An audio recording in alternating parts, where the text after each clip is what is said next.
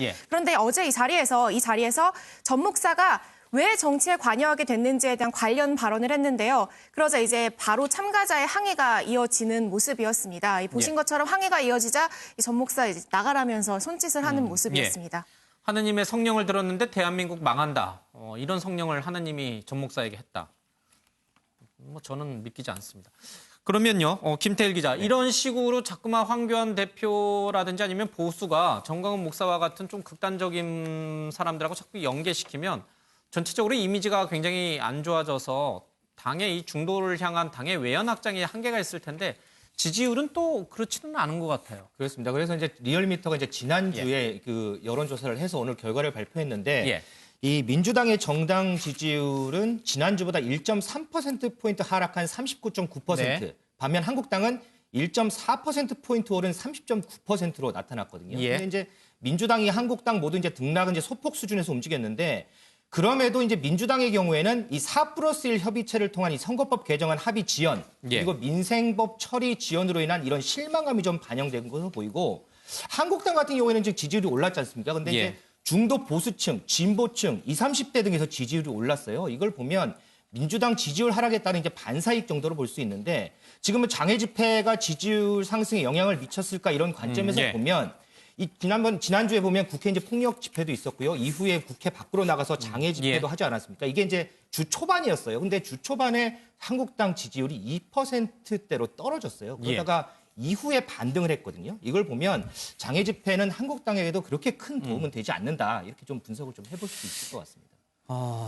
글쎄 이게 지지율이 뭐 매주 발표될 때마다 또 여론조사 기간에 따라서 워낙 차이가 있기 때문에 저희들이 오늘 나왔던 리얼미터 여론조사 한번 보고선 황교안 대표 지도부의 장외투쟁 또 이런 정광훈 목사와 같은 분들하고의 이 교류가 오히려 당의 그 지지층을 결집시켰다 이렇게 해석하기 굉장히 어려울 것 같긴 한데 어쨌든 결과가 저렇게 나왔으니요. 뭐 황 대표는 더 앞으로 저는 강경일변도 투쟁을 더 계속 가지 않을까요? 그렇습니다. 응답층이 한국당 지지층을 대상으로 한 거냐, 그다음에 민주당도 민주당 지지층을 대상으로 한 거냐, 아니면 두 당 다 흔히 말하는 지지를 표명하지 않는 중도층을 대상으로 하는 거냐, 이거에 따라서 다르겠죠.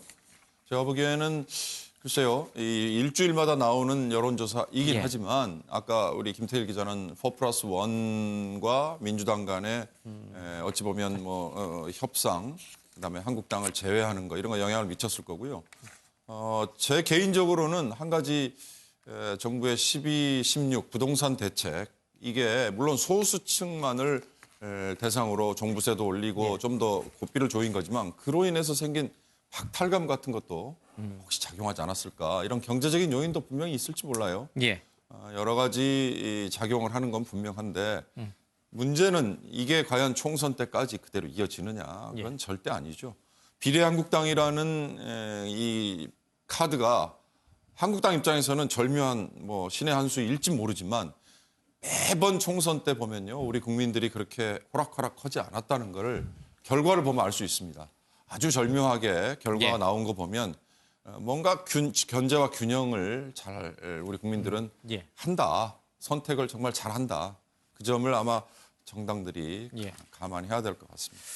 황교안 대표로서는 사실 이번 총선도 중요하지만 차기 대권도 중요하기 때문에요. 보통 황교안 대표 이미지 그러면 이제 점잖고 샌님 이미지가 강했잖아요. 근데 자꾸 투사 이미지로 가려는 것 같아요. 강경 투쟁을 끄는 것도 그렇고 단식 투쟁을 또 하는 것도 그렇고요. 그렇죠? 그렇습니다. 특히나 최근에는 이 수염을 기르고 있지 않습니까? 이와 관련해서 이제 많이 나오는 용어 중에 하나가 이른바 럼버섹슈얼이라고 해서 이 남욱군과 이 메트로섹슈얼을 합성한 말로 그러니까 투박한 남성미를 강조하는 어떤 패션 스타일을 말한다고 합니다. 이와 관련해서 말씀하신 것처럼 이 황교안 대표 같은 경우에는 공안검사 출신 또 법무부 장관 출신 주로 이 법조인 이미지가 강했었는데 이와 관련해서 뭔가 수염을 기르면서 투쟁의 이미지를 좀 더 강조하고 있는 것으로 보이는데요. 과거를 떠올려 보면 예전에 이제 손학규 대표 같은 경우에도 굉장히 수염을 많이 기른 모습으로 화제가 되기도 했었는데 주로 이 같은 패션 스타일을 선호하는 경우가 아무래도 중대한 결정을 할 때 또는 어떤 강경한 투쟁 의지를 강조하고자 할 때 쓴다는 점에서 이 황교안 대표 역시도 이 문재인 정부에 대해서 강경한 어떤 당대표의 이미지를 가져가려는 차원에서 수염도 기르는 것 아니냐 이런 해석들이 나옵니다.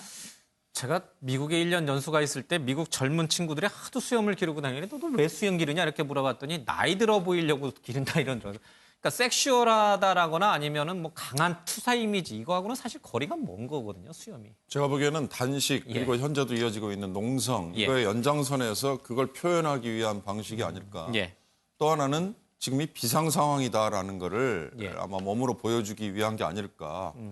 문제는 저런 식의 외모 변신 또 강경 투쟁이 외연 중도의 외연을 확장하는 데 도움이 되면 100번 저건 잘한 선택이죠. 예. 그러나 우리 기존의 지지층만을 그냥 뭉치게 만드는 거에 그친다면 예. 글쎄요. 그 자체만으로 그냥 끝나지 않을까 싶은 생각이 듭니다. 알겠습니다.